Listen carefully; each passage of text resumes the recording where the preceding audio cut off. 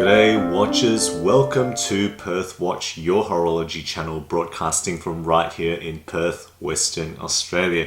Today I am featuring that very rare specimen seen on a typical watch review channel. It is a piece that I have looked for and recently purchased. I found myself wanting a piece that could be excellently versatile. I could take it swimming all the way to shirt and tie, or even suit, and therefore I had to find a piece that was in a sweet spot size, in a 38 to 40 millimeter for me, and it had to be water resistant, something you would be happy to take to the beach or the pool. And I settled on this particular ball watch because I really wanted something that had a little bit of luxury to it, but you didn't have to spend too much that you were afraid to bang it around a little bit. So guys, today's piece comes in the typical green packaging that ball watches come in these days. Now I've reviewed quite a few pieces from this a company with quite a bit of good history, that was born out of railroad timing, the most recently being the Engineer Hydrocarbon Aero GMT2. Just the excellent awesome names that ball comes up with. So guys, without further ado, let's just flip the camera around and take a closer look at what I got. Alright guys, so here we have the box on the classic wood table. So ball in relief there, the company and the motto, accuracy under adverse conditions. Okay, so spinability, not fantastic, right? Lots of weight, lots of friction. The spinability is low, and it is a 2 out of 5, I reckon. So let's just get this open. There is an inner box in here, which is kind of faux leather, again, ball in relief. And then these days, there used to be a space for a manual there, but no longer. It now comes in a digital format in a CD, which is interesting in itself, because how many of us don't have CDs on our computers anymore? You can actually download it online, of course. Okay, so that's that there with the warranty card. And then this is the drawer style case that it comes in. So fairly solid, like faux leather suede on the inside, so quality is certainly oozing in a degree. The watch tag, as well as the 3 spare links that I've removed to fit my wrist in there. And let's just get this off the cushion and show the watch to you guys. So guys, this is the ball Fireman Victory Automatic. The model number is NM2098C. S3J is the dial variation, and this is I guess the more classic plain black without any embellishments, which is really the one I specifically wanted to go for. The MSRP in the US, as far as I gather, is 1500 USD, but you can usually easily get this for around 20% off, or perhaps even more depending on the retailer. And I'll put links to Norman Watches below, which is really the retailer where I purchased this watch, based in Singapore. And I've got to say, they have very good customer service. They got the watch here via the quickest express that they could, and I got it well within the week. Okay, first up, let's, as I usually like to do, talk about the movement in here. So this is an ETA 2824-2 base, right? That's really what it is, and it shouldn't be a surprise to you that a 3-handed date has that. The ball call it the caliber RR1103. It's a railroad 1103. Now, it's not entirely clear what grade ETA is in here, but as far as my research shows, this should be at least an elaborate, if not a top grade ETA. I know that, of course, they have cost chronometer movements that they put out, but this isn't a chronometer movement, so it's somewhere between elaborate and top. I'm not able to confirm 100%, definitely not a standard grade. Okay, so all the usual specs down the left of screen there. Ball have stated in some reports that they do aim to regulate all their movements to plus or minus 10 seconds per day. And this one is actually running plus 3 seconds per day, so perfectly well within that particular goal there. And that's something I could very easily live with and be very happy with at plus 3 seconds per day in the week, or just over a week that I've had this watch. Okay, so that's the movement. Let's talk about the case. The case is 40mm diameter, very classic size, 316L steel. Overall thickness to the top of the crystal, only 11.6mm, so very pleasingly slim, which is really the type of watch I was going for here. 20mm lug width and a lug-to-lug distance of 48.5, so fairly decent thanks to those fairly lengthy lugs there, but still fairly comfortable even for a relatively small wrist like mine. Overall weight on metal bracelet 138 grams, so certainly not very heavy, but still substantial thanks to the steel that it comes in entire steel construction here. All right, finishing wise, there is a double step on the bezel. Hopefully you can appreciate that. There's a convex followed by a concave step. Not sure if I can show that. So the top step is convex. The second step is concave, and it gives it a nice appearance. I really like how they've done the polished bezel here with that double step.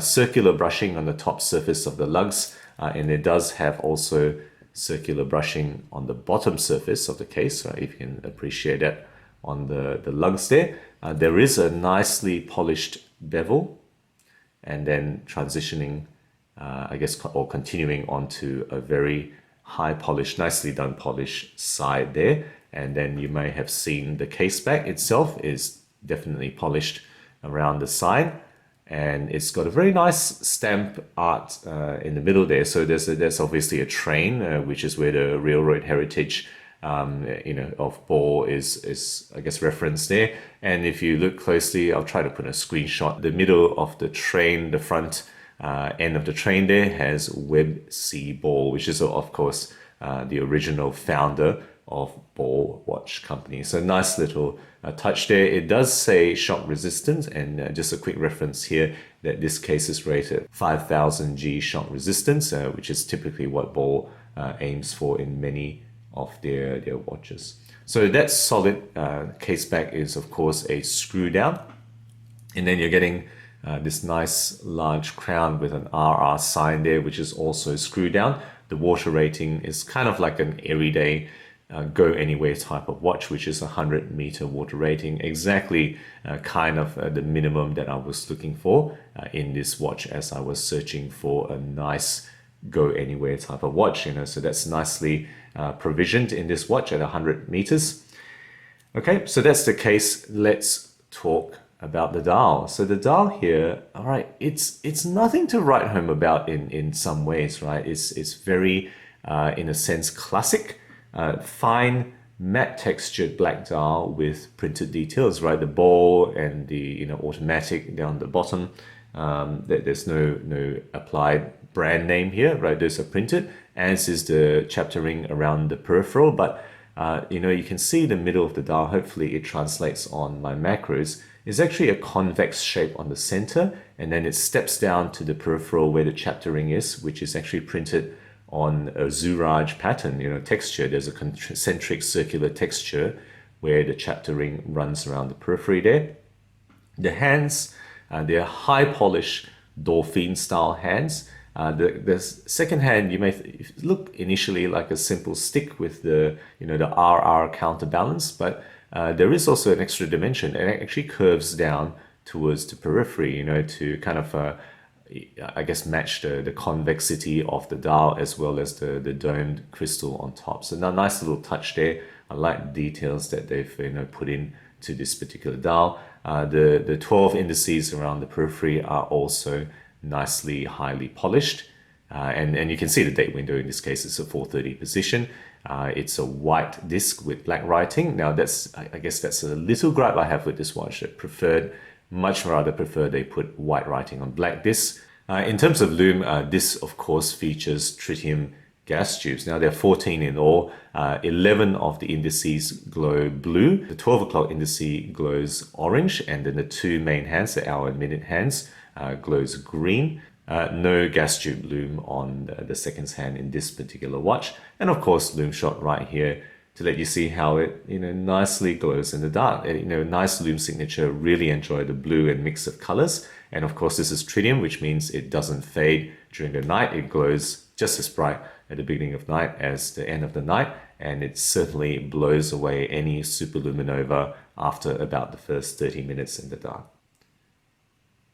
Okay, so on top of the dial is a very gently domed sapphire crystal with internal anti-reflective coating. And now I have to say that Ball themselves don't stipulate that this is a domed sapphire on their website, and some sites actually said that this was flat, but hopefully you can appreciate this is incontrovertibly domed sapphire. And I think I really like that it's domed. That I was expecting it to come as flat. That's what I kind of looked at. And when I picked up this watch out of case and it was domed, that was just a nice bonus. I really love that it is domed.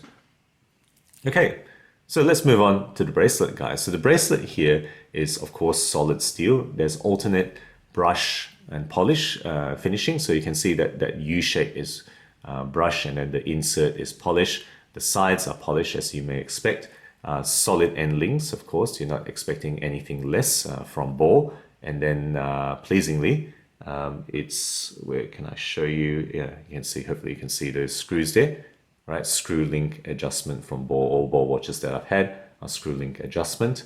In this case, the clasp is a little bit more simple because I guess they've gone for a more restrained watch here. It is just a friction butterfly deployant clasp, right? No push button here. And as it closes over, you can see that nice RR logo, over the middle of the clasp there.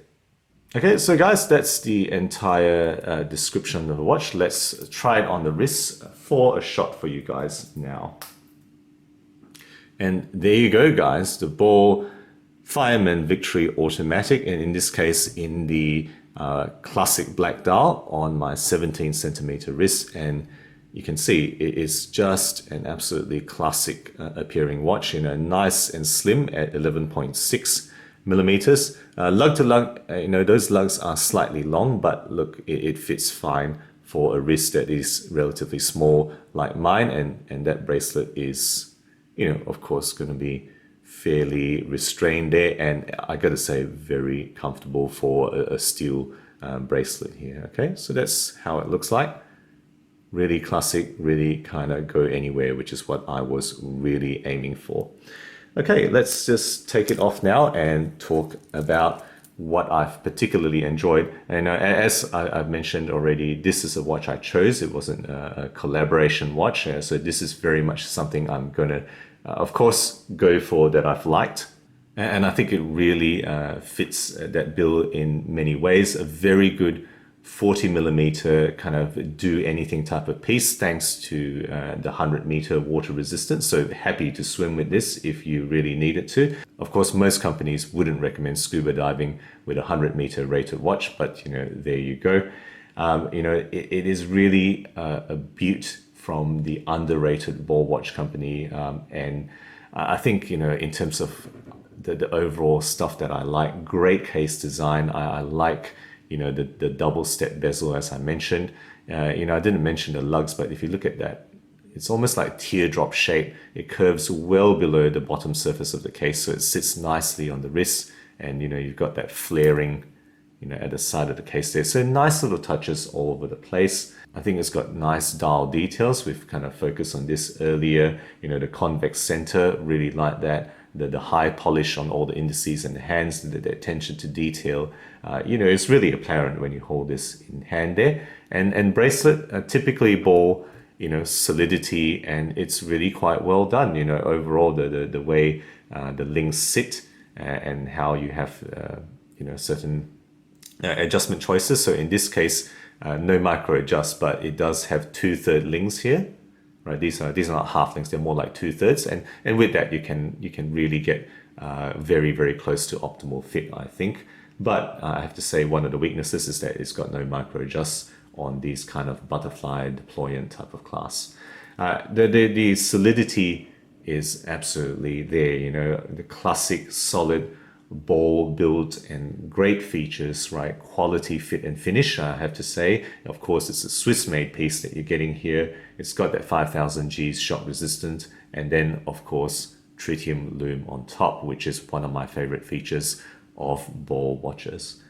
What are the concerns? What are the things that may put people slightly off this watch? Well, I would say, again, can do with a push button release, right? That's one of the kind of odd weaknesses in this particular clasp here. I'm not sure why they couldn't fit a push button release. I think that would have been nice because all the other balls I've featured have very, very solid push button release clasps, very good quality ones. This one doesn't happen to have it. And as I mentioned, no micro adjustment on the go. Some people may consider this crown to be a little bit too large, right? It is actually quite fat. It could be slightly smaller. I actually don't mind the size. It makes it easier to manipulate the watch, but that's just my personal take on this. The date position at 4:30, like, okay, that's something that not everybody will like. So if that's a deal breaker for you, you wouldn't get this watch, right? Some people just wouldn't take a 4:30 date position. I have to say, it is also slightly offset, right? If you look closely, it's actually slightly closer to the 5 o'clock than the 4 o'clock marker. And I'm not sure why that is. And maybe it's actually the click position of the date on this ETA movement. But I would have thought that you can adjust that so it's perfectly at 4:30 rather than, slightly past 4:30. Not entirely sure why that is. And then lastly, I think the name, this is of course the least important thing I'm going to mention here. The name Fireman, I'm really not sure what's with that. Does this scream Fireman to you? It doesn't to me. I'm not sure what's so Fireman about this. I think you could easily have named this watch like, the ball officer, the ball agent maybe, the ball agent provocateur. That would have been, I guess, a cool name. They do come up with some cool names. I'm just not sure why Fireman for this range. Let me know if you're more aware of why they chose Fireman. Okay, so guys, that's my thought about this, really beaut of a watch, a watch that I've really enjoyed. Let's flip the camera around now for the wrap up. So there you go, guys, my review of the Ball Fireman Victory Automatic. Let me know what you think about this piece. I've really found myself enjoying it as a watch that I could really just take anywhere. It could really go with me to everything that I do. And I think, it says a lot about the watch and how I feel about it, in that it truly has been the only watch I have worn in the last entire week. In fact, it's been about 9 days since I got it, and I haven't worn any other watch. And I think you can imagine that is actually a very rare thing for a watch reviewer, to just wear one watch over a week. So guys, if you have any experience with Ball Watch Company, would love to hear your thoughts. And also, let me know what you think about the Fireman range. Guys, if you enjoy my videos, do consider subscribing. New content every week, always aiming to be objective and unbiased about all things horology. Thank you again for sticking with me, and as always, I'll catch you guys again next time.